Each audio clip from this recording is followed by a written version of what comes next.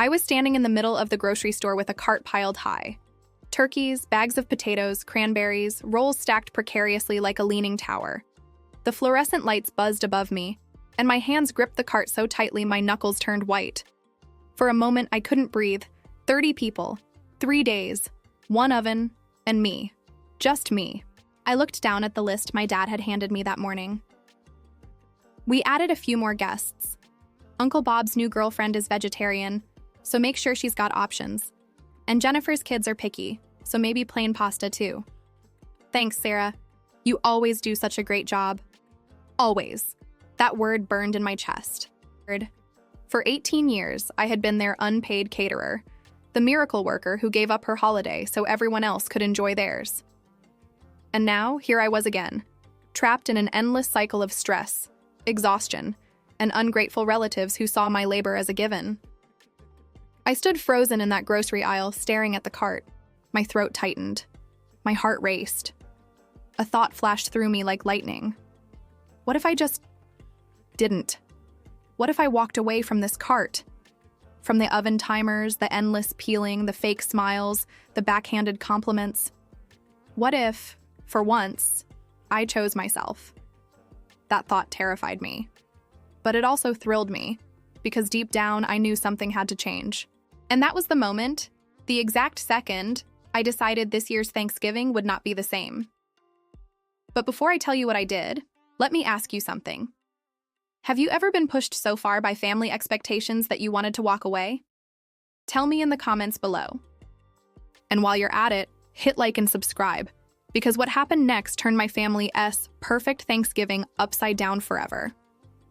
The first time it happened, I was 16. 2 days before Thanksgiving, my mom broke her wrist. She sat in her recliner, painkillers making her voice lazy but sharp as glass. "Sarah can handle it," she announced to the room like it was already decided. "She's been helping me cook for years." Helping. That's what I'd been doing. Peeling potatoes, setting the table, running to the pantry when she forgot something.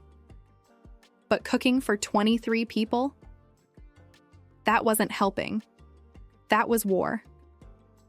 I remember standing in that kitchen, staring at the raw turkey, bigger than any baby I'd ever seen, its cold skin slippery under my hands.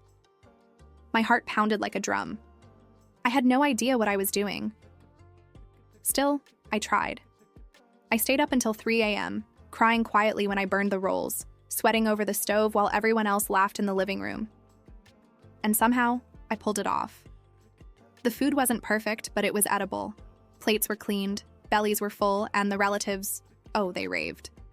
"Sarah did such a wonderful job," they cheered. "You're so lucky to have such a capable daughter." I stood there, my eyes stinging, my body aching, but a small glow of pride lit inside me. For once, I was noticed. For once, I mattered. And then my dad spoke the words that sealed my fate. "Next year, we'll let Sarah handle everything. She's clearly got a gift for this." Everyone nodded. Everyone smiled. And just like that, a single accident, my mother's broken wrist, turned into a tradition. A tradition that would steal 18 Thanksgivings from me. At 16, I didn't know how dangerous praise could be. That the words, "You're so good at this," can turn into shackles, binding you tighter with every passing year. And while they thought they were complimenting me, what they really did was hand me a lifetime sentence in the kitchen. What began as an accident became law. Year after year, Thanksgiving stopped belonging to the family. It became mine. Or rather, it became my job. Relatives expanded the guest list as if I ran a free banquet hall. 23 became 28. 28 became 30. But to them, it didn't matter, because Sarah handles everything. By my early 20s, the compliments had changed shape. They weren't admiration anymore. They were excuses. "We'd help, but you're just so good at this. We don't want to mess up your system. It wouldn't be the same if anyone else tried." And so, while everyone else drank wine, watched football, and played with the kids, I spent 12 straight hours chained to the stove. My back ached. My feet throbbed. My hands shook from juggling 6 burners and an oven that always ran too hot. I barely sat down to eat. Sometimes I'd eat my meal standing, fork in one hand, dish rag in the other, while laughter echoed from the living room. No one noticed I wasn't there. Or maybe they noticed, but they didn't care. The logistics alone could have broken me, shopping for 30 people, multiple grocery trips, handwritten lists taped to the fridge, desserts baked 2 days early, pies cooling on every counter. I learned to schedule the oven like an air traffic controller, turkey in, turkey out, casseroles waiting their turn like planes on a runway. But no matter how much I planned, how hard I worked, it was never enough. The turkey was a little dry last year. Could you make the stuffing less salty this time? Remember Aunt Marie's rolls? Hers were better, but yours are fine. Every plate I served came with a side of criticism. And I swallowed it like medicine, bitter but convincing me it was my duty to do better next year. By my mid-20s, the praise was gone entirely. The glow of being useful had faded. Now it was just expectation, obligation, tradition. And the cruelest part? My friends couldn't understand why I didn't just stop. Can't someone else cook? Why not make it potluck?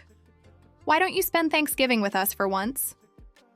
I laughed it off, pretending it was funny, but inside their questions cut deep, because the truth was simple and terrifying. I couldn't stop. Not without becoming the villain of my own family story. But I was already starting to wonder, what would happen if I did? It didn't happen all at once. It built slowly, like a pot left simmering too long. The first crack came 3 years ago. My cousin strolled in with her new boyfriend, someone none of us had ever met, and handed me a folded sheet of paper, a list. His dislikes, his allergies, his dietary preferences, as if I were running a 5-star restaurant. "Can you make sure there's something he can eat?" she said, already pouring herself a glass of wine. I blinked. "I've already planned the entire menu. He can eat what he likes from that." Her smile faltered. "Sarah, don't be difficult. It's Thanksgiving. Can't you just make a few changes?" That was the moment I realized they didn't see me as family anymore. They saw me as staff. The next year, my brother's wife decided she was gluten-free. Not just her. She expected every dish to have a separate gluten-free version. I explained calmly that it would double my workload. She frowned, tilted her head, and accused me of being unsupportive of her health journey. And then came last year, the final straw. Dad handed me a list 3 days before Thanksgiving. 32 people. 8 more than I'd planned for. "Some folks are bringing friends," he said casually. "I told them you wouldn't mind." I stared at the list, my hands trembling. 8 extra mouths, 8 extra portions, 8 extra plates, side dishes, and servings to time perfectly with the same oven space and the same 2 hands. "I do mind," I said, my voice quieter than I intended. He looked at me like I had spoken in a foreign language. "What do you mean? You've always handled whatever we've thrown at you. What's different now?" What was different? 18 years of exhaustion. 18 years of being invisible at my own holiday. 18 years of mistaking servitude for love. That Thanksgiving was chaos. The food was fine, but I wasn't. I snapped at people. I cried in the pantry while the turkey rested. I served dinner with red eyes and a brittle smile. And afterward, my relatives whispered that I had an attitude problem, that I was too stressed and should learn to handle pressure better. Their solution wasn't to help me. It was to expect more silence, more sacrifice. But something inside me had shifted. For the first time, I asked myself, what if Thanksgiving was ruined? What if I just walked away? January came, and with it, the heavy silence that always follows the holidays. My kitchen still smelled faintly of sage and roasted turkey, but instead of comfort, it felt like residue, like smoke after a fire. I knew something had to change. So I did something my family never expected. I booked a therapy appointment. Sitting across from Dr. Lewis, I tried to explain my situation. It's just Thanksgiving. Every year. 30 people, sometimes more. I cook everything alone. He raised his eyebrows. Alone? For 30 people? Yes. I said it so matter-of-factly that I almost convinced myself it wasn't insane. And do you enjoy it? He asked gently. I froze. I had never asked myself that question. I thought of the late nights, the grocery runs, the aching feet, the red eyes hidden behind fake smiles. I thought of the praise that felt hollow, the criticism that stung, the guilt that chained me to the stove. I used to, I admitted. When I was helping my mom or making one or two dishes, that felt special. But now it feels like a prison sentence I can't escape. Dr. Lewis leaned forward. What would happen if you said no? The words hit me like a slap. I imagined the scene. Disappointed faces, angry phone calls, guilt raining down like hail. They'd say I ruined Thanksgiving, that I abandoned the family. They'd be furious. And what if Thanksgiving was ruined? He pressed. I blinked. They'd have to figure it out, order food, bring their own dishes. Maybe even, my voice faltered, maybe even cook for themselves. And what about you? What would your Thanksgiving look like? The image was so foreign, it felt like a dream. Me, sitting on a couch with a plate of food, laughing, watching a football game, playing with my niece, eating my meal while it was still warm. Tears filled my eyes. I just want to enjoy the holiday too. I want to feel like family, not staff. Dr. Lewis nodded. Then it's time to set boundaries. Saying no isn't selfish. It's survival. For the first time, I felt a flicker of hope. A new possibility. What if I chose myself this year? What if I finally broke the cycle? By October, I had made up my mind. This will be my last Thanksgiving as the family chef. I told myself I'd cook one final meal, make it perfect, then announce my retirement. After 18 years, I would pass the torch or drop it entirely. But the closer the holiday got, the harder it became to hold that line. The guilt crept in like a fog, seeping into every thought. 3 weeks before Thanksgiving, Dad called with his usual guest list update. His tone was casual, almost cheerful, as if he wasn't handing me a mountain to climb. Looks like 30 people this year, he said. Oh, and Uncle Bob's bringing his new girlfriend. She's vegetarian, so make sure there are plenty of options. And your cousin Jennifer's kids are picky eaters, so maybe throw in some plain pasta as backup. I gripped the phone tighter, my jaw aching. 30, plus special requests, plus last-minute add-ons. Dad, I said carefully, that's more than I can handle. He chuckled like I'd just told a joke. Sarah, you've always handled it. You're a pro at this by now. You've got it down to a science. No hesitation. No offer to help. Just certainty that his daughter/private chef would deliver. The next day, Mom called with her own reminders. Don't forget to make my sweet potato casserole. Extra marshmallows this time. And Aunt Marie loved your pecan pie last year, so you'll need to do 2 of those. And don't bother with the green beans. Nobody eats them anyway. Replace them with Brussels sprouts, but make sure they're roasted, not boiled. I pressed the phone to my ear, my stomach twisting. They weren't requests. They were orders. That night, I sat at the kitchen table with my notepad. Shopping lists, prep schedules, oven times, all the machinery of another grueling holiday. I stared at the page, my pen frozen. My chest tightened with the familiar weight. I was already trapped.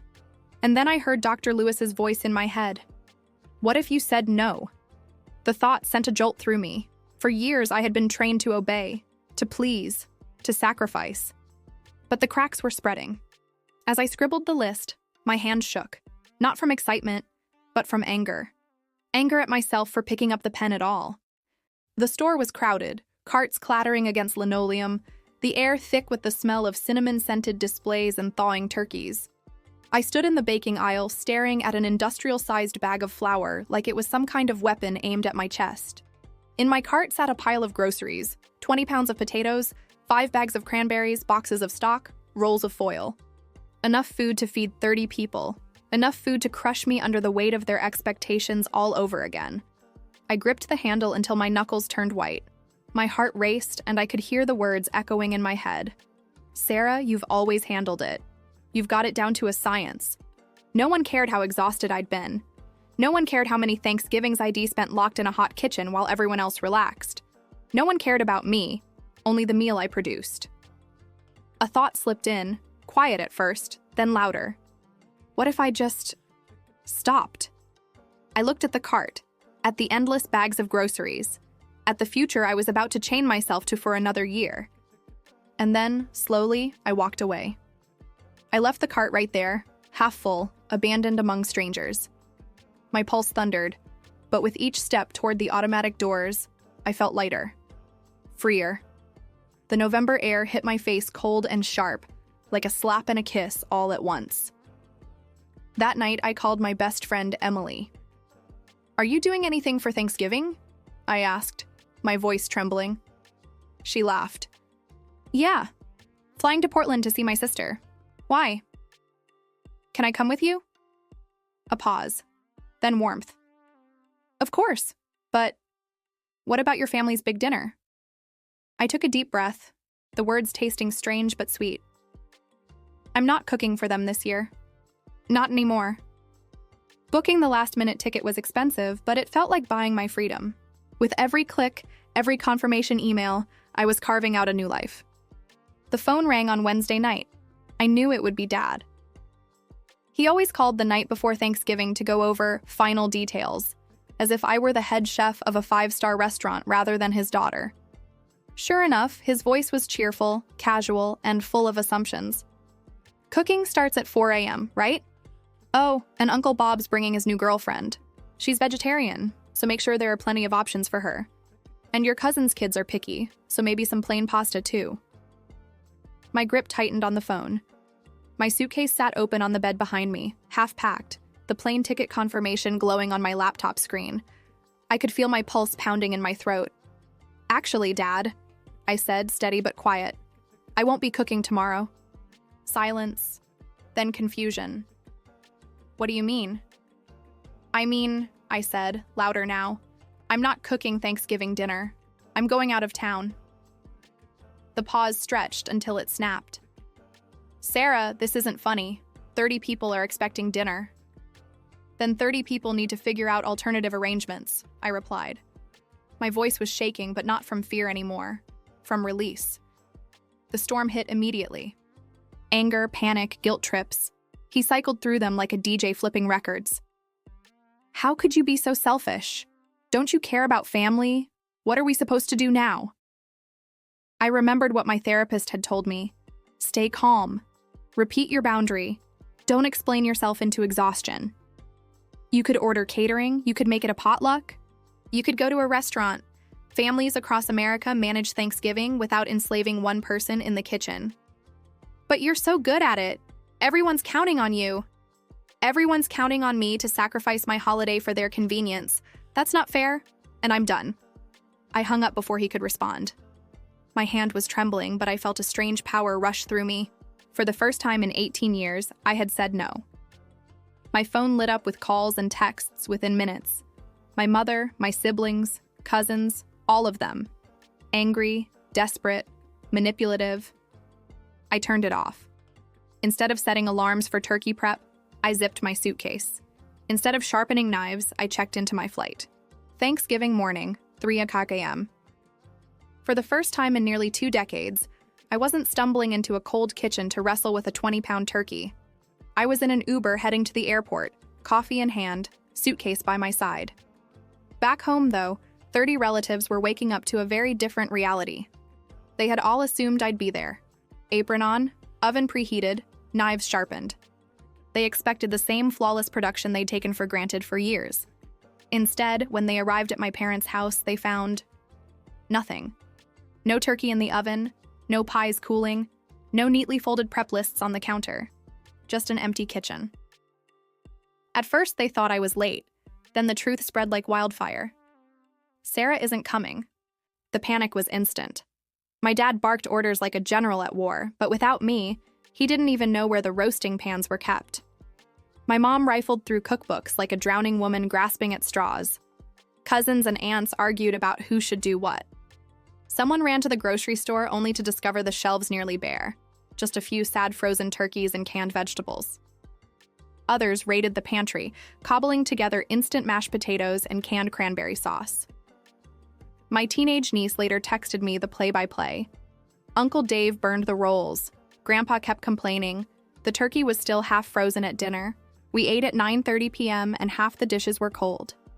For years, they had treated me like a machine that magically produced perfection. Now they saw how much effort it actually took. Without me, the whole system collapsed. Some relatives were furious, their voices raised, their fingers pointing at my parents. How could you let this happen? Others were hurt, muttering that I had abandoned the family. A few, though, began to realize the truth. They whispered apologies into the chaos. We never knew how much she did. We should have helped more.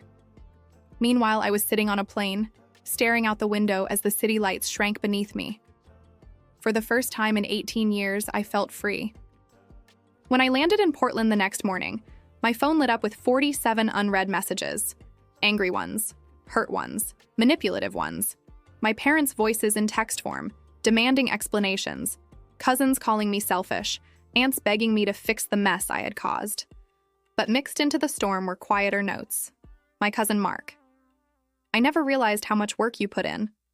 I'm sorry we took you for granted. My Aunt Linda. I understand why you needed a break. We should have helped more. And from my brother, the one I thought would always side with Mom and Dad. They're furious, but honestly, I'm proud of you for standing up for yourself. That night in Portland, I sat at a table with 8 people. Everyone contributed something. Wine, pies, casseroles. We laughed, we played games. We actually enjoyed each other's company. For the first time in nearly 2 decades, I had a Thanksgiving where I wasn't a prisoner in the kitchen. Back home, my absence forced a reckoning. Some relatives stopped speaking to me altogether. To them, my only value had been the meals I provided. Without that, I wasn't worth their time. It hurt, but it also clarified who truly loved me. Others, though, began to change. Slowly, awkwardly, but sincerely. The next year, when Thanksgiving came around, it wasn't Sarah's dinner anymore. It was a potluck. People brought dishes, shared the work, and for once, appreciated me as a person, not a service. My parents were the hardest to convince. At first, they blamed me for ruining Thanksgiving and embarrassing them in front of the family. But after months of honest conversations, after I refused to slip back into my old role, they finally admitted they had taken me for granted. And here's the thing. The holiday didn't disappear. It just transformed. It became smaller, warmer, more real. No longer about perfection, but about connection. And every year now, I make one dish I truly enjoy. Just one, not 30. And when I sit down at the table, my plate is hot, my heart is light, and I feel like I belong. Because in the end, walking away from the oven wasn't selfish. It was necessary. It forced my family to grow, to see me differently, and to carry their own weight. So if you've ever felt trapped by tradition, suffocated by expectations, remember this. Sometimes the bravest thing you can do for your family is say no. What about you? Have you ever set a boundary that completely changed your family dynamic? Share your story in the comments, and don't forget, like this video, subscribe for more powerful stories, and join the conversation below.